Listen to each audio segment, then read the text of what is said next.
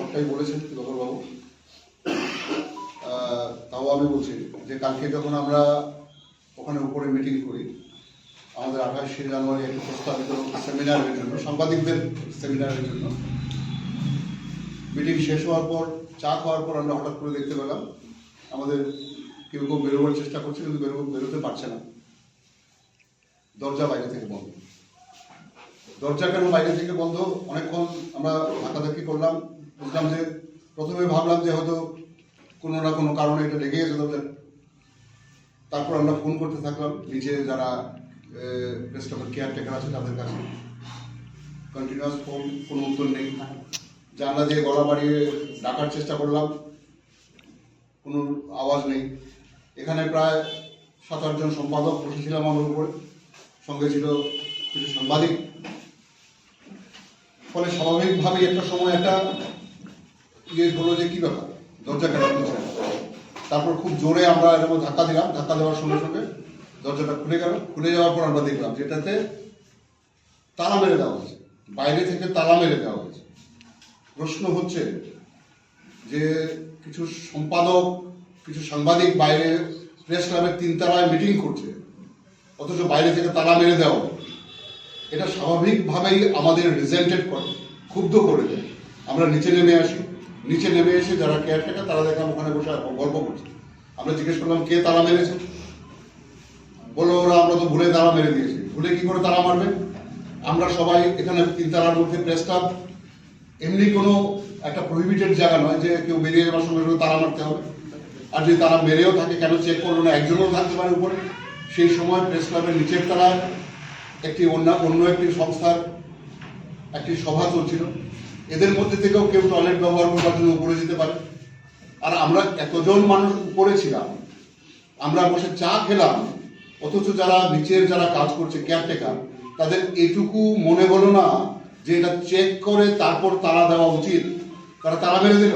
আমরা মনে করি যে বিষয়টা এত সহজ নয়, তার পিছনে একটা পরিকল্পনা কাজ করছে, এবং এই পরিকল্পনার জন্য সম্পূর্ণভাবে আমরা প্রেস ক্লাবের স্বৈরাচারী যে প্রেসিডেন্ট জয়ন্ত ভট্টাচার্য এবং সম্পাদক যে রমাকান্ত দেব তাকে দায়ী করছি। কারণ আমরা স্পষ্টতই বলছি সামনে প্রেস ক্লাবের নির্বাচন, সেই নির্বাচনকে হিনিয়াস ওয়েতে ব্যবহার করবার জন্য এরা এই কূটকৌশল করেছে সেখানের মধ্যে, এবং করে একটা সিন ক্রিয়েট করবার চেষ্টা করেছে।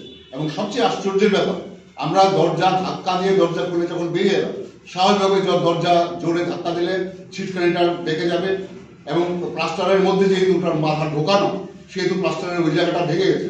আজকে আমরা সকালবেলা দেখলাম সেই জায়গাটাকে ক্যামেরায় তুলে ওরা বিভিন্ন মাধ্যমে ছড়িয়ে দিয়েছে যে কিছু লোক ভিতরে ঢুকে ভাঙচুর করেছে। প্রশ্ন হচ্ছে, ভাঙচুর করার যদি কথা হতো, আমরা সমস্ত রেপুটেড সম্পাদক, রেপুটেড সাংবাদিক প্রেস ক্লাবে বসে আছি। প্রেস ক্লাবটা প্রেসিডেন্ট বা সেক্রেটারির নিজস্ব পৈতৃক সম্পত্তি নয় যে যদি ওনাদের উপর আমাদের ক্ষোভ থেকেও থাকে আমরা দরজা ভেঙে দেব। কেন ভেঙে দেব? আমরা বেরোতে পারছিলাম না। আর যেহেতু আমরা পিসি সরকার নই, জাদু মন্ত্র বলে দরজাটা খুলতে পারি না, খুব স্বাভাবিকভাবে দরজা ধাক্কা দিলে দরজা ভেঙেই বেরোতে হবে। আপনারা যদি দরজার ভেতরে কোথাও আটকে থাকেন, আজকে যদি এর বাইরের দরজাটা বন্ধ থাকে, দরজাটা খুব জোরে ধাক্কা দিয়ে ছিটকানি ভেঙে যায়, এমনি অবস্থায় গিয়ে আমরা করতে হবে দরজা। আমরাও সেটাই করেছি, তার বাইরে কিছু না। কিন্তু the heinous side of this total episode is like this, যে এই ব্যাপারটাকে ক্যাশ করে ওরা আজকে এই বিষয়টাকে ভাইরাল করে দিয়েছে। ওরা বোঝাতে চাইছে যে আমরা কয়েকজন সম্পাদক এবং সাংবাদিক ওখানে হুলিগানিজম করছিলাম। ভাঙচুর হলে তো আমরা চেয়ার টেবিল ভাঙতাম, ভাঙচুর হলে আমরা গ্লাস ভাঙতাম, কিন্তু শুধু দরজাটা ভেঙেছে, তাও প্লাস্টারটা ছিটকে গেছে। এই যে চেষ্টা, সেটা অত্যন্ত নিম্নমানের, নিম্ন রুচির একটি প্রক্রিয়া। এর জন্য আমরা সম্পূর্ণভাবে এই প্রেস ক্লাবের স্বৈরাচারী সভাপতি এবং সম্পাদককে দায়ী করেছি।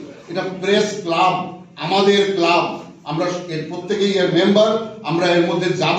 সেই ক্ষেত্রে কোনো সম্পাদক, কোনো সভাপতির কোনো অধিকারের মধ্যে পড়ে না যে ওরা বাইরে থেকে তালা দিয়ে দেবে। সম্পূর্ণভাবে আমরা এই দুজনকে দায়ী করছি এবং অবিলম্বে তাদের পদত্যাগ চাইছি। আমরা এই সম্পাদক এবং সভাপতি আর 1 সেকেন্ডও তাদের ক্ষমতায় থাকার কোনো অধিকার নেই। এই ক্লাবের সম্পাদক সভাপতি হতে গেলে যে ধরনের ডেমোক্রেসি মেনটেন করতে হয়, তার কণা মাত্র তারা মেনটেন করেননি।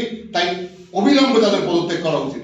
আমরা অত্যন্ত ক্ষোভের সঙ্গে জানাচ্ছি এই যে সভাপতি জয়ন্ত ভট্টাচার্য মহাশয় এর আগের বারের নির্বাচনের আগে উনি আরেকটা প্লি তুলেছিলেন, ওনাকে নাকি কোনো বিধায়ক নিয়ে ওনার বাড়িতে আটকে রেখেছে। আপনারা সবাই জানেন সেই সময়ে এই কথা ছড়িয়ে দিয়ে এবং পুলিশের কাছে এসকর্ট চেয়ে উনি সেই যাত্রা পুলিশ এসকর্ট নিয়ে ঘুরতেন নির্বাচনের আগে, এবং একটি ইমোশনাল বিষয়কে তৈরি করে উনি সেবারের নির্বাচন উতরে গিয়েছিলেন।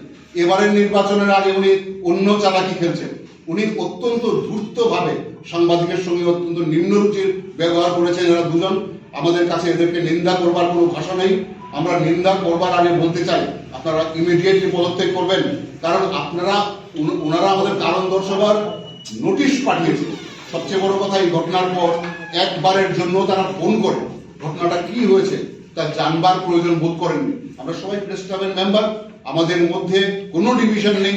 উনি ইচ্ছে করলেই, এবং আমার সঙ্গে জয়ন্ত বাবুর এবং রমাকান্ত বাবুর যথেষ্ট ঘনিষ্ঠ পরিচয় রয়েছে, উনি ইচ্ছে করলেই, আমরা যারা সম্পাদক ছিলাম প্রত্যেকে এখানে প্রায় 10-12 জন লোক আমরা এখানে যারা উপস্থিত আছি প্রত্যেকেই কালকে এখানে ছিলাম, ওদের যে কোনো একজনকে ফোন করে জিজ্ঞেস করতে পারতেন ঘটনাটা কি হয়েছিল। সেটা না করে উনি শোকজ করলেন। উনি কোথাকার অথরিটি, মুখ্যমন্ত্রী হয়ে গেলেন নাকি জয়ন্ত বাবু? আমরা সেটা জানতে চেষ্টা করছি যে শোকজ মেরে দিচ্ছেন। উনি কিসের শোকজ মারছেন? আমরা সবাই এই ক্লাবের সদস্য, এই ক্লাবকে গড়ে তোলার পেছনে আমাদের প্রত্যেকের রক্ত ঘাম আছে। সেই জায়গার মধ্যে আমরা প্রত্যেক একটা সময়ের পর আমরা সম্পাদক সভাপতি তৈরি করি আমাদের ভোট দিয়ে ওই সময় ক্লাবটাকে দেখাবার জন্য। But he is not the boss, but he is acting like a boss.